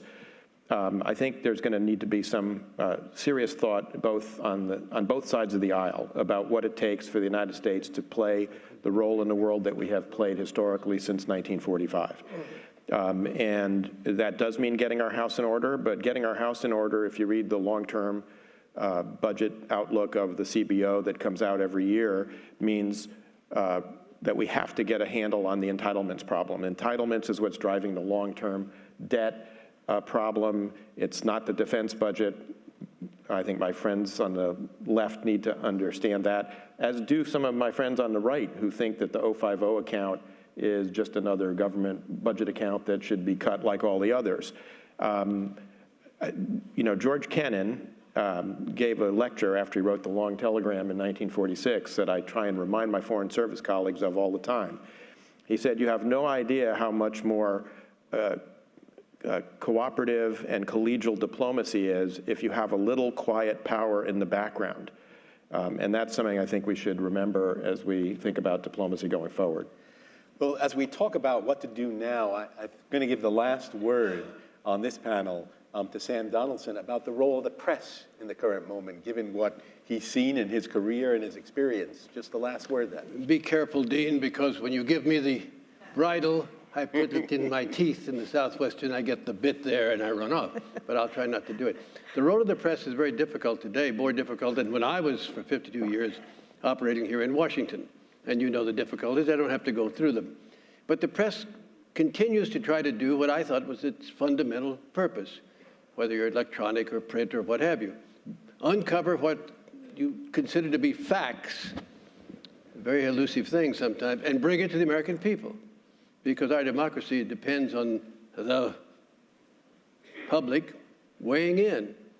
And getting the public weighing in is very hard today. It's not just hard getting the facts, it's hard convincing the public that they ought to pay attention to them. Because when I first started in this town, there were 3 networks. You had to watch us. You had no VCRs. You couldn't watch a movie. I mean, no internet. And you did because of the Cold War to some extent. Now, kids get their information from Facebook and tweets and whatever. There's so many access points. So it's very difficult. But I think the thing to impress on people is, excuse me for being a partisan, we're not the American people's enemy. We're not the enemy of that. We're enemies. If we have enemies, it's the enemy of things that are not true. And it's our job to continue to try to uncover them. How to get you to watch, not this audience. Oh, yeah, hey, no problem, I say. You don't have to watch me, watch somebody else. Watch Tom Brokaw, but you will watch and you will read. How to get people who may have never left their state. Certainly, if you look at the number of passports available, even those that now required us to go to Canada and to Mexico on a passport before 2005, you didn't have to have that. Very low compared to other countries in the world, not just Europe, but other places. How do we get Americans to travel? How do we get them to get their information from looking at it, from reading about it, yes, but from looking at it and seeing it? Mr. Limbaugh may be a great source, but there are other sources. So the problem with the press today is to do its job. If someone says, no, you can't come down to the White House, you go to court, you come down to the White House. And if you say, well, no one's going to tell you anything, well, they may. And you've got to be there in order to receive it if they do. And if they don't, well, it's not an individual loss of the reporters, but it's a loss for truth and it's a loss for finding out what's going on. So I would just encourage everybody, young people I think have a problem. Some of them don't know anything about the press, but others who do, they're activists. And I don't think people in this university have a problem of where to get their news, what to read, what to listen to, and how to process it. But if any of you can come up with an idea, because we cannot make the American people, you have to watch this, you have to listen to me, you have to read this. No, that's the worst way to get anyone to watch anything on television. If you can come up with a way to induce people to get interested in the facts, and then therefore in use organizations that will bring them the facts, please see me. I'll nominate you for the Nobel Prize. Well, thank you very much, Sam. And let me end by, first of all, thanking our panelists for an interesting discussion, Paul Dobriansky, Eric Edelman, Charlie Kupchan. Thank you, Sam Donaldson. And let me turn the microphone over for the final remarks to Roger Zackheim, who's the Executive Director of the Reagan Institute, one of the sponsors for today. Thank you so much. And everybody, please join me in thanking all the panelists, to Georgetown University, and all of you, all our students and guests. Of course, thank you to our friends at the George and Barbara Bush Foundation. I think today's event, and I'm sure you'd agree, was a perfect first partnership for the Bush Foundation, the Reagan Institute, and we're looking forward to more collaboration in the future. And of course, thank you to the Atlantic Council, to Dean Hellman, and to our moderator, the incomparable Sam Donaldson. Thank you so much. Just a few more comments and then we'll close this out. But you know, the day the Berlin Wall fell, and I was a kid at the time, internalizing all of it from the TV in my parents' living room, Sam's ABC News colleague, Peter Jennings, described the developments as, quote, perhaps the most important announcement made in Central Europe since the end of World War II, and certainly since the wall went up in 1961. And on that day, Americans knew they were watching history. We often remember, and we discussed this today, President Reagan's speech at the Brandenburg Gate as another defining moment on the path to the Soviet Union's demise. But in June 1987, it didn't seem that way at all. In fact, it hardly made news in America. It wasn't until the wall came down in 1989 that those four powerful words, tear down this wall, truly echoed around the world. And that's the nature of history. Sometimes you know you are witnessing it. Sometimes you only realize it years later. And looking back, it can all appear inevitable. We had that debate today, and therefore almost unremarkable. But not even President Reagan or President Bush knew when the wall would come down or how the Cold War would end. But they did know it was a cause worth fighting for. And back in '89, on that day the wall fell, President Reagan joined one Sam Donaldson live on the air from his home in California. And this is a transcript, so please don't correct me because we got it off of the transcript service. The question was asked, do you think it would come down this soon? President Reagan responded, I didn't know when it would come, but I have to tell you, I'm an eternal optimist. I believed with all my heart that it was in the future. And maybe that's the most important lesson today, that like Presidents Reagan and Bush, we must always have faith that we can achieve a brighter future for freedom and humankind. Thank you all so much.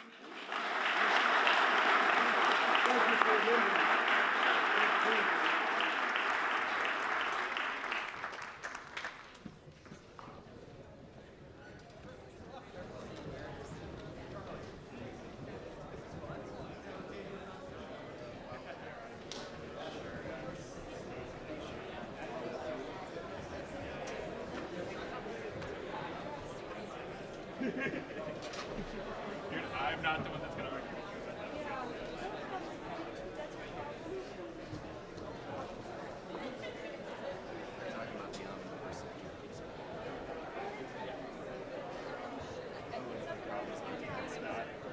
Tom, are you going to bring back?